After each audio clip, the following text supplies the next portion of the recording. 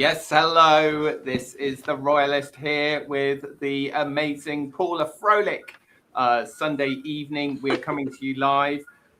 We are going to be, I know there's been lots of very serious news over the week about Prince Andrew, and we've done a lot on that. And if you want to see any of that serious stuff, there's loads of videos that I've done, that Paula's done. Paula did an amazing live today, which I strongly urge you to watch on her channel.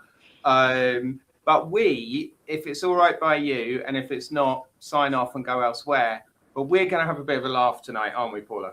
Yep, because honestly, I have felt so dirty and angry and then I remembered what Joan Rivers used to tell me, which was, you gotta laugh and you gotta let's have a joke about it. Not about Epstein, because that is not jokeable. Not about Epstein. And no, by the way, I will be doing my recollections of all his famous friends once a week from now on. So next Sunday, I will be doing another one.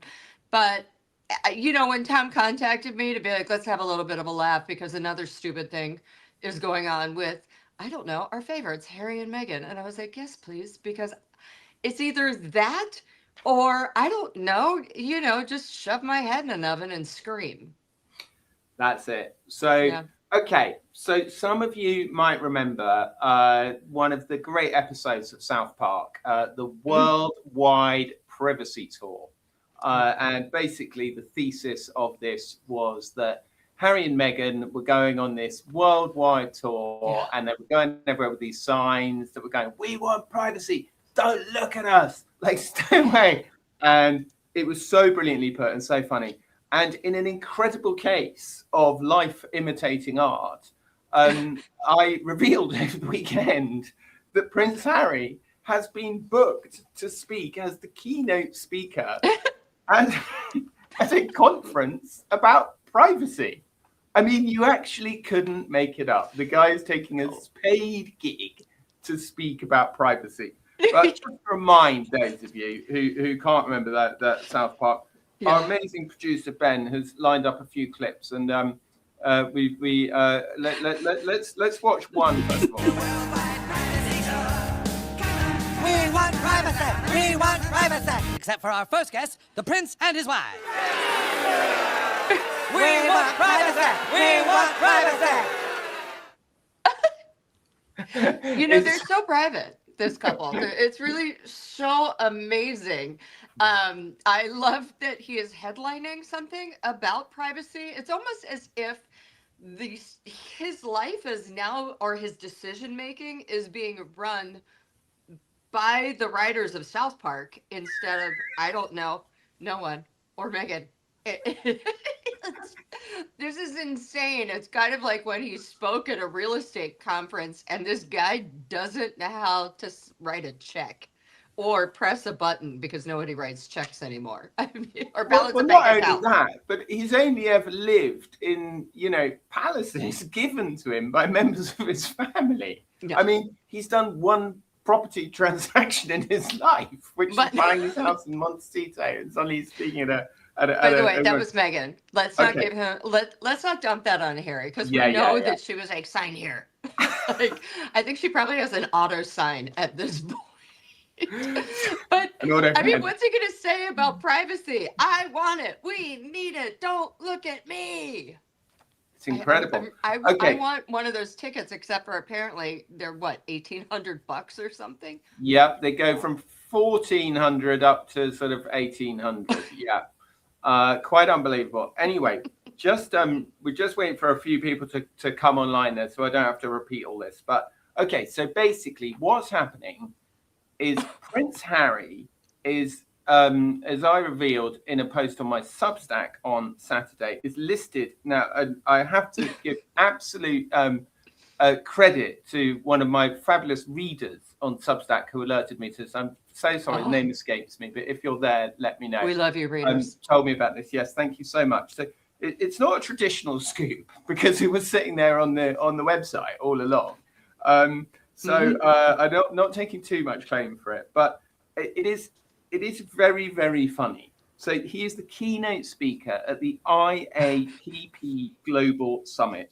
a major conference on privacy, AI governance, and cybersecurity law.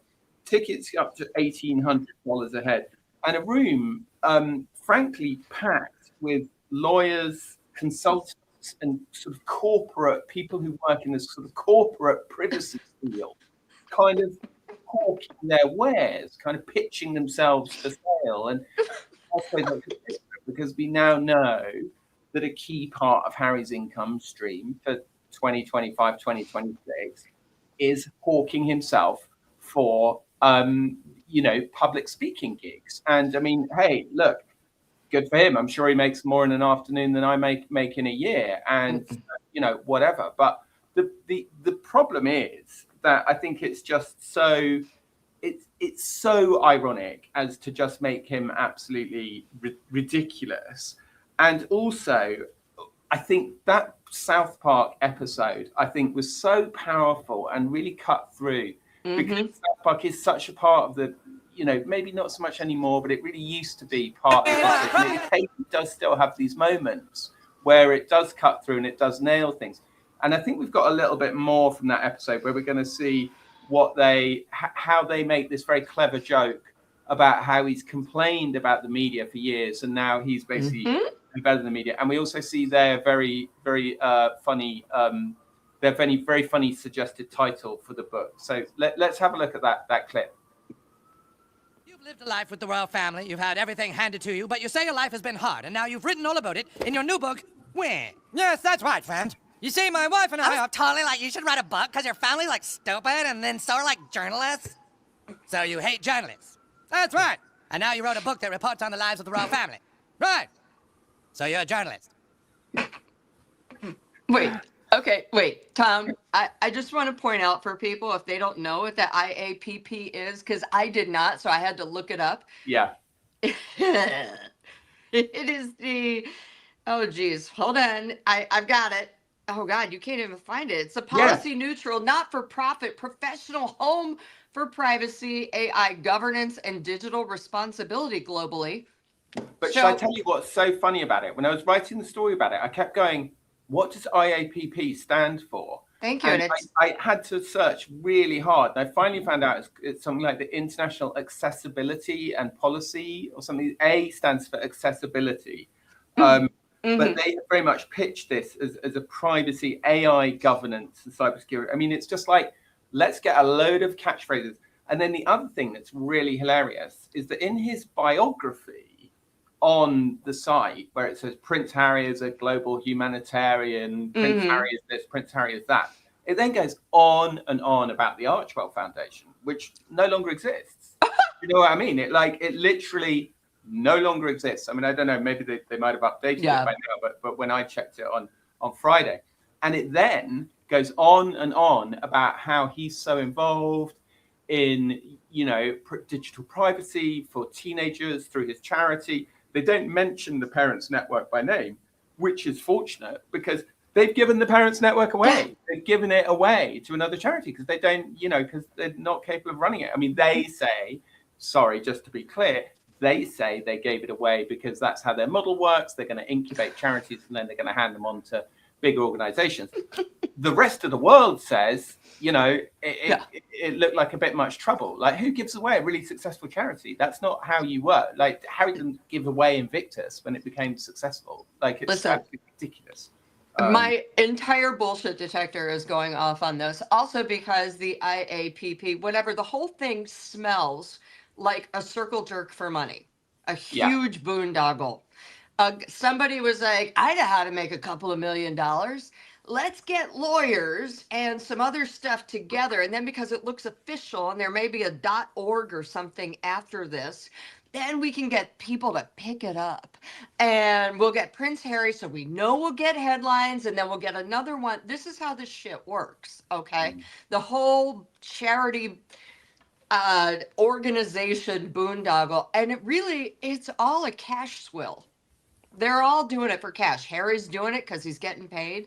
Apparently, you can hire Harry if you've got enough money to come speak for your organization or probably family picnic if you'd like. If you have $50,000 extra dollars, he's trying to up it to $100,000 per speech. Who can say? But if you contact his speaker org or his agent, he'll show up and do it for you. Tom, I think you and I should start a charity / organization talking about children's rights, privacy, and homemade baked goods, and really just hire Harry and Meghan both. We can maybe just do a GoFundMe and get them on a YouTube live with us to really talk about those things.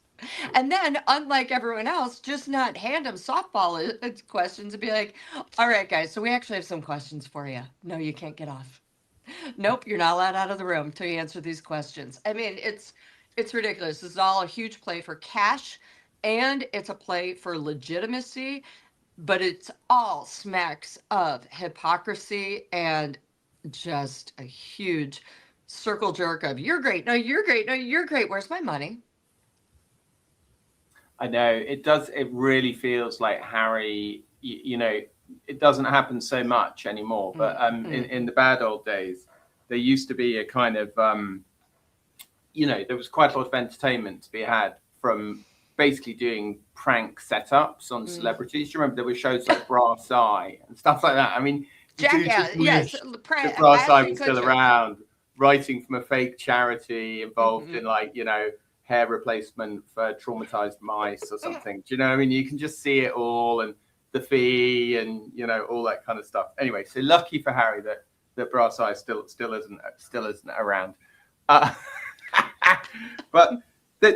okay, so the South Park thing, I did think it was a very interesting moment in the story of Harry and Meghan, because it did actually cut through in a way that the criticism, the relentless kind of criticism. Now, let me just say that when you, when you speak to their people and you say, hang on, this is all very hypocritical. And I confess I haven't called them about this exact subject, but in general, when you speak to them, you say, look, why are they invading their privacy in the same way? Their argument they make is, well, and in fact, Harry's made this argument publicly, right? He said, well, privacy, is about control. And if I want to control to, and all that. But I mean, the thing is that people just sort of smell bullshit. And, we've talked a lot, so we don't necessarily need to go into it now. We've talked a lot about Harry's hypocrisy of allowing his wife to put the kids on Instagram endlessly, and how, that clashes, is a polite way of putting it, with there is a tension between that and, all the work that they have, all the comments that they've made about how awful social media is, especially for children, and then doing this new film that has all these children all selling their cookies on social media. I mean, it's, you don't have to go very far down that road to realize it's incredibly hypocritical. Hold on.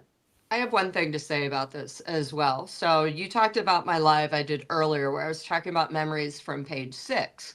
I got another memory for you, and it relates to this because I remember somebody who is quite famous now, and she wasn't, and she was building her business. She was like, oh, you got to write about me. You got to write about me. And I was like, listen, Bling Blum, it's a slippery slope. I can open the door. I'm happy to put you in.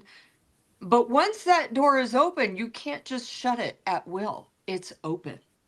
Once you become a public person, once you become a celebrity, I think, and, later she was pilloried for something, and she was like, I've never been treated like this before in my life. What? And I was like, you opened the door, yo. And the thing about Harry is, Harry's a celebrity now. He's not a royal. He left the royal family where there were the protections and there were some privacy for them, but he's not. He is now a celebrity, and the rules are very different. Yes, some celebrities have privacy. You know how they have privacy? They don't show up. They don't put their kids on Instagram. Look at Eva Mendes. She's a celebrity. Never seen her kids. Never had her promote her kids for something. She's never come out and talked about privacy and then done stuff publicly. Do you know why? Because she knows when she's got a movie, she's going to come out and do it. There's a lot of people like that. We can go down the list of celebrities who maintain a private life because They're very careful. Harry and Meghan are not careful. They just want the royal rules of, well, you can only write about what we tell you to a pack of ever-loving press who depend on them, but they don't realize they're freaking celebrity. They're American celebrities now, period. And I think the most trenchant example of what you're talking about there, Paula, of course, is, Harry's book, which wasn't called Wah, as South Park, it was called Should have been. Spare. And there is one particular clip from that book that we are going to have to try so hard not to laugh over when Ben plays it, because it came to stand. It became a thing that he was ridiculed for. It was played on the evening shows. I'm sure a lot of you know what's coming up. I don't. It was it was played on these shows because it came to stand for it. I think partly because it's such a ridiculous story and it's meant to be a funny story, and Harry's reading it in exactly the same tones as he reserves for, the news of the death of his mother or whatever. So it's like there's this weird mismatch between the way he reads it and the way the story is and what the story is about. But I think more part of the reason why after it cut through, it did so much damage to Harry was because it completely exposed this thing of exactly what Paul is talking about, that, you can't, if you're going to turn the tap on, actually it's much easier to turn the tap on than turn it off. And they, by talking in this way about a very intimate part of his anatomy, which we're going to hear hopefully in a moment. Well, let's just listen to the clip. Ben, play the clip. You want me to put that on my todger? It works, Harry. Trust me. Well, I found the tube, and the minute I opened it, the smell transported me through time. I felt as if my mother was right there in the room. Sorry, guys. Ben's trying and I took a smidge and applied it down there. Sorry. So, Paula, it was playing, but for some reason you couldn't hear it. So, Ben, let's have it again, and we'll try and keep quiet. Maybe just shrink us down so we can see, Ben, so we get a visual cue of when you finish playing it. My penis was oscillating between extremely sensitive and borderline traumatized. The last place I wanted to be was Frostnipistan. I'd been trying some home remedies, including one recommended by a friend. She'd urged me to apply Elizabeth Arden cream. My mum used that on her lips. You want me to put that on my todger? It works, Harry. Trust me. I found a tube, and the minute I opened it, the smell transported me through time. I felt as if my mother was right there in the room. Then I took a smidge and applied it down there. I mean, it's the most. I mean, as I've done ghostwriting myself, right? And it's as a piece of ghostwriting, it's the most brilliant piece of ghostwriting.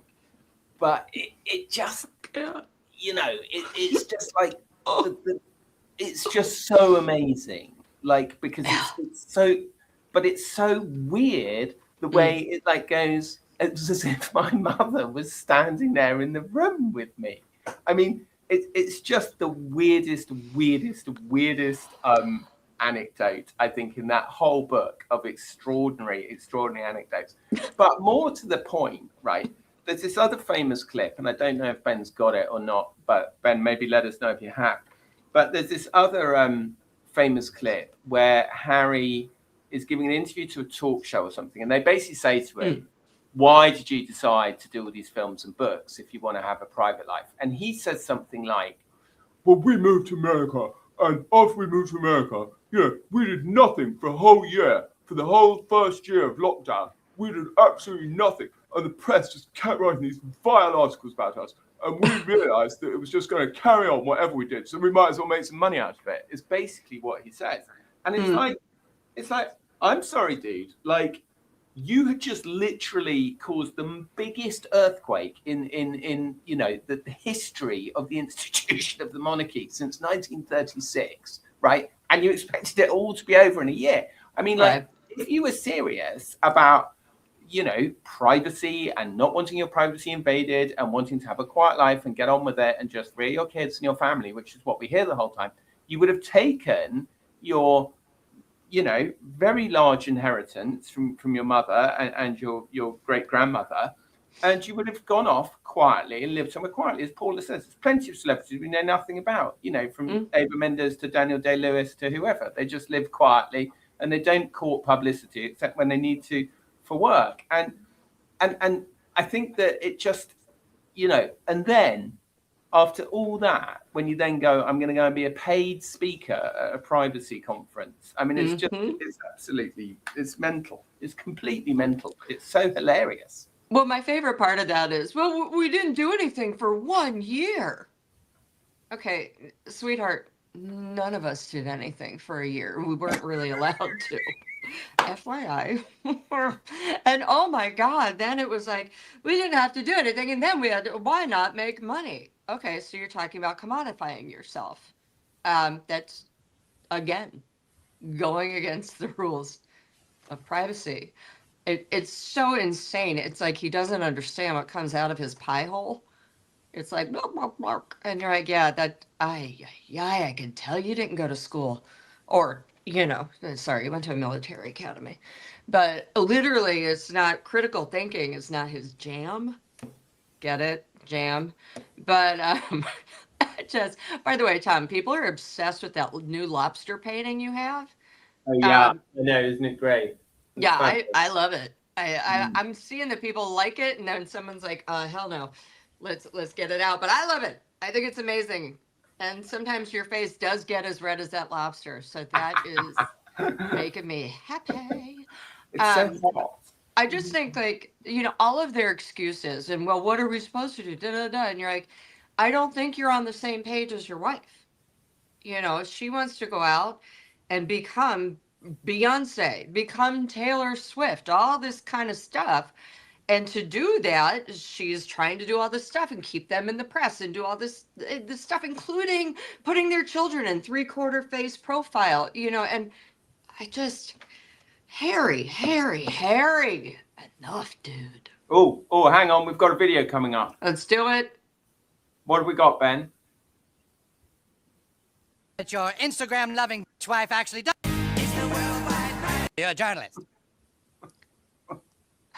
Maybe not. I just think some people might say that your Instagram-loving wife actually doesn't want her privacy. How dare you, sir? My Instagram-loving wife has always wanted her privacy.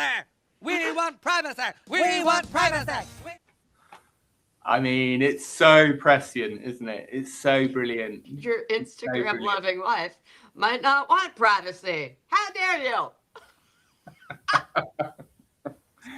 Oh my God, okay. the jokes keep coming. They hit, and then they're like, how dare you mock us? We just get such bad press because you guys are bad people. And you're like, dude, again. I can see with my own eyes.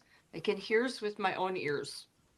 But you know what? Okay, there was another thing, actually. It was really interesting you say that because this week, last week, in fact, the week before last, I was over again in London last week, but the week before that for the trial when Harry was giving evidence. And when he gave evidence at the end, his barrister, David Sherborne, came up and asked him for just a few minutes, to put his side of the story.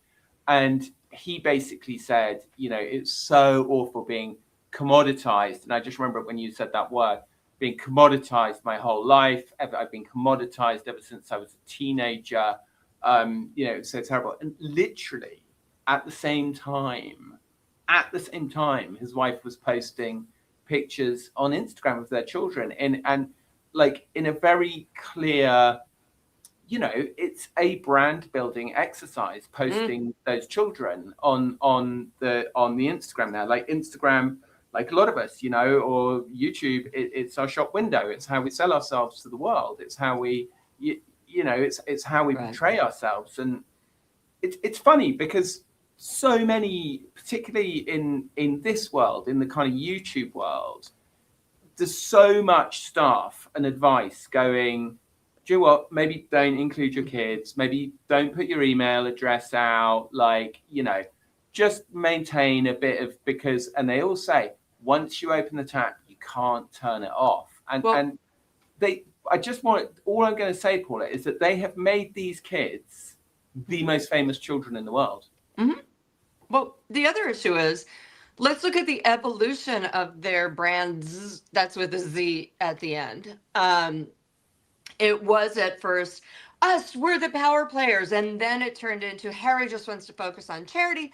It's Meghan and as ever and her. She's the brand. And then all of a sudden last year, they were like, no, it's the family. There was even some rumor blah blah about Meghan turning to mommy blogging, and and how as ever was going to be family stuff. So it goes from them as a couple to Meghan to the kids being involved as well, because frankly, as we saw, Meghan's has a brand, but it's not a powerfully positive one.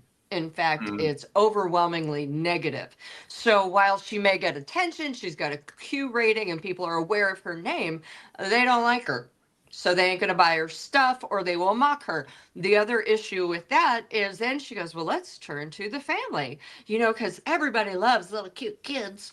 But again, this is very much like what Brooklyn Beckham went through when he says, I was commoditized. Now, granted, his parents showed his little face from day one, but they're kind of doing the same. I think And they are. it's just, and they're turning to the kids because nothing else is monetizable. But I mean, and I think like they so obviously are. And that's part of the reason I find it so baffling that they keep trying to argue that they're the victims in all of this, that, they've been unfairly pursued and harassed, when it's just like, it's like I can see with my own eyes, guys, what's going on. You're asking me not to believe the evidence with my own eyes. And I just think it's so clear that Harry really did hate that experience. Like, he really did hate that experience, and it really did make him unhappy. And I don't doubt that. I don't think he's faking that. But I don't understand how he doesn't understand that translates to his own children. It seems like such a weird kind of cognitive gap. I mean, I know he's not the sharpest tool in the box, but like it seems so obvious that you would have thought even somebody who wasn't particularly intelligent would be able to understand it. Once again, let's get back to my original point. I don't think he's that smart, and I'm not sure he's available. He's a critical thinker. And I think his guru is Meghan. And I don't think either of them are putting two and two together about how they really actually look. Now, they do have a new PR team. It's their old PR team, which is new again. Everything that's old is new again in 6 months or a year. Who knows? But I just, goddamn, enough already. I mean, they don't necessarily need to make a living because Harry has so much money. Yes, they bought the house, but the house they bought, it's in mortgage. And also BT Dub, he was left $25 million for Diana. He was left millions by his grandmother and his great grandmother. And you know what happens when you put that in a bank account or like a Fidelity, just for fuck's sake, and it earns 18% a year? It grows. They don't actually need to bring in this cash, just FYI. They have cash. They just want the attention and to have more cash. Yeah. Absolutely. Well, Paula, it's been brilliant. And as I say, I hope no one's offended that we're not talking about the more serious matters. We're well aware that they're going on. We've been covering them quite a bit on our separate channels, and indeed together we spoke about it on Friday. I noticed one of the stories in the Sunday Times says that one of Ghislaine Maxwell's ideas was to tell the newspapers that Virginia Giuffre was a witch, which seems like a interesting defense. The week ahead, here's what I think we have to think about over the week ahead. I think obviously there is going to be huge pressure on Andrew over the week ahead to say whether he, will he make some kind of statement? Will the King or William let it be known that they think that he should go and give evidence to US Congress? I don't think that anyone thinks Keir Starmer just woke up and decided to make that statement without consulting with the King or the King's office. And the other thing that could be bubbling up is perhaps some news about Harry's security. We're not exactly sure. I'm told that perhaps the decision might have been made already, but we don't know which way. And Paula, you said you might have seen something saying that maybe they thought he hadn't got it. I don't know. Do you want to mention that or? Well, here's the deal. Harry put out weeks ago that we've got it. His team bubbled out. Nailed on. And we've got it nailed on. And that's why Meghan and I are going to start coming back to England. But nobody at the time, the decision hadn't been made yet because it hadn't been made public. Not only that, but it still has to go through Ravik again. So we don't actually know. However, I did see something, I think it was in The Sun, where they said that Harry put the cart before the horse. Interesting. Which, by the way, wouldn't be the first time. He has displayed several times of, I'm going to say what I want and what I really want to happen. And if it doesn't happen, I'm a victim because, again, they're victims. Yeah. Well, brilliant. Thank you. Thanks, Paula. Thanks for my new lobster poster. I hope it's having the desired effect of making my face look less gammony. That's its main job. But I don't know if it's working. Paula doesn't think it's working. My face isn't really this red in real life. I don't know what's going on. Maybe it is. No, it's not. I think at one point it got red because you were laughing so hard and trying to keep it under wraps while the video was going. So do you know, I can actually, do you know what? It used to actually be my party trick to make my face go really red. Should I do it? Yeah. Should I do it? Okay. That's the lobster. Right, I'm going to do it. I'm going to do it. All right, are you ready? Okay, right, go. Ben, when my face gets to maximum redness, end the broadcast. Okay, here we go. Go. I don't think, okay, here we go. Do it.